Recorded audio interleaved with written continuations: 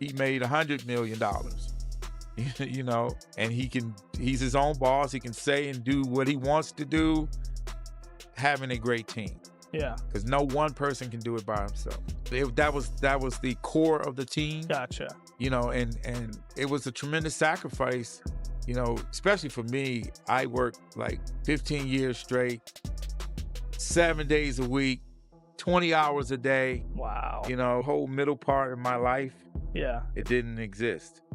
It didn't exist. And now you have this egg on your face and things are falling apart. And now people are wondering, did you get screwed or was it your own financial ignorance and now you're bitter? People taking shots at a great fighter, Mayweather. Probably the same people that were, applauding him and saying how great he was at one point, and now they're taking shots at him like they're almost, like they get pleasure out of seeing a great fall, potentially. You're right, fall. but when you call yourself the money man, you do it to yourself a little bit too. No, I can't argue with that. Leonard Ellerbe recently shared his thoughts about Floyd Mayweather Jr. losing a huge part of his fortune, which was once said to be over $1.1 billion. He said the outcome was not surprising because he personally saw Floyd's extreme spending habits while working closely with him, and believes those habits eventually led to serious financial problems. Saying from day one what it is that, and they know, everybody laughed at me. They laughed at me. They said, oh, he just talking nonsense. I've been told. Leonard Ellerbe also explained that when someone becomes as famous and successful as Floyd, criticism is guaranteed. He said the real challenge is not success itself, but how a person handles pressure, fame, and negative attention over time. Today, when you're on top, when you're at the top, you can expect criticism. It just comes with success, and it's all about how you handle things. And me personally, none of it's personal. None of it's. He added that Floyd had the potential to build a strong business empire outside boxing, but only if he had taken his business ventures more seriously and made smarter financial decisions along the way. Who formed his own company. Right. But he was the first one that had a team surrounded by him, that our focus was the business and his focus was the boxing. And in turn, we built the brand, built Mayweather Promotions. Yeah. And Floyd became his own boss. Wow. And Logan Paul also made fun of Floyd, claiming he is still waiting for $1.5 million that he says was never paid after their exhibition fight.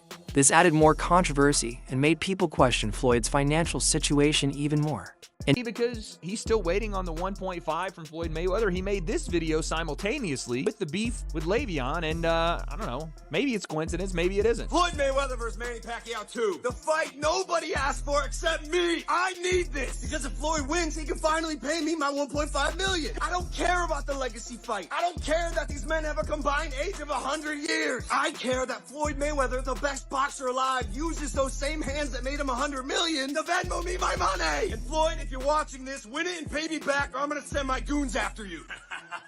Gotcha. Hey. I really don't know why I watched that. Yeah, listen, dude. Logan is, again, functionally a coward for not doing this. I was really excited for it, too. I couldn't wait. That was about to be content, stud. But, I mean, okay, yes, I understand if he is under WWE contract. Atlas pointed out that many people who once supported and cheered for Floyd are now mocking him, laughing at what they see as his biggest downfall, showing how quickly public opinion can change. Intro 006, on the other hand, Whack 100 defended Floyd, saying he is not broke at all. According to him, Floyd is still rich in peace of mind and does not care about rumors or what people say about his life and career. That he was Mayweather, Money Mayweather, and now he's suing because he went through his money, he blew his money, whatever.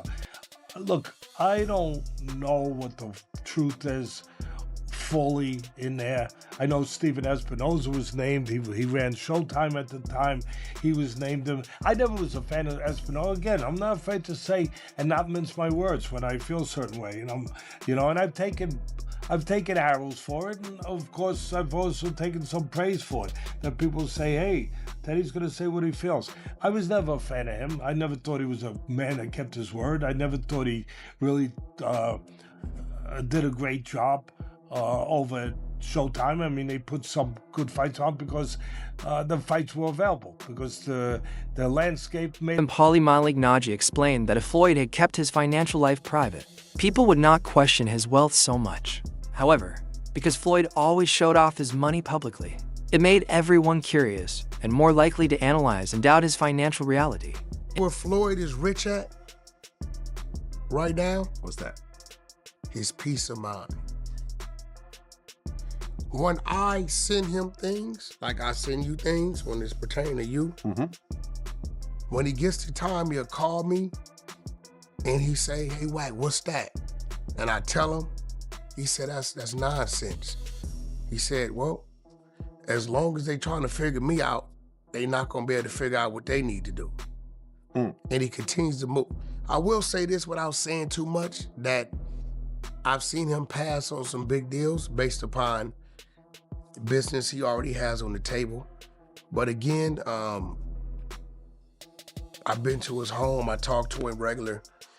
An analyst also broke down Floyd's financial situation, explaining that despite being known for showing off his wealth, things may not be as strong as they seem over the years. Floyd worked with people like Stephen A. Spinoza and companies like Showtime Networks, but now he is reportedly suing them for $340 million, claiming unpaid money. His longtime advisor Al Heyman is not directly involved, but the number of legal issues around Floyd is increasing. The analyst also pointed out that Floyd's expensive lifestyle, including luxury cars, jewelry, and private jets, may have played. How much Floyd was making, right? And Floyd himself was flaunting himself like he was the guy who was making that kind of money. And for all intents and purposes, I assume he was. Everybody assumed he was, and it seemed like he thought he was because he wasn't complaining. He was showing off, you know? This is why, as I get older, I feel like, and everybody always tells you this when you're young, like, keep your finances private, you know, and this is why I think this is a big reason why. First and foremost, you notice that if you don't keep your finances private, everybody and their mothers ask you for money constantly. And they don't ask you for... That happens either way. And they don't ask you, well, people assume you have money, but if you flaunt it, you definitely, they confirm you have money. And they don't ask you for money like you need to buy the Rolex or the Lamborghini. They'll guilt you into it. They need their mother's dying in the hospital. They need to pay for a funeral. Their kid is sick. Reports also suggest that luxury apartments, high rent, and unpaid bills started to build up over time. In one case, a couple in Miami claimed Floyd fell behind on around $500,000 in rent for a condo. At first he paid, but later stopped responding to payment requests. According to analysts, this pattern of overspending, poor money management, and depending too much on others for financial decisions eventually caught up with him. It shows that even huge fame and money do not guarantee financial stability. And even top athletes like Floyd Mayweather Jr. can face serious problems if they don't manage their wealth carefully. We're gonna go through in this video. Now, I've been covering boxing for double-digit years. Allow me to take you through it. A simple Google search showing his name, you're gonna see some fight photos and whatnot. But the top stories, and there's multiple stories, and we're gonna take a look at some of them. But as mentioned, Business Insider is now reporting what you see on the screen, that Floyd Mayweather is being accused in lawsuits of owing millions of dollars for luxury watches, gold, and rent on palatial apartment, right? The bullet points. Floyd was sued for allegedly failing to pay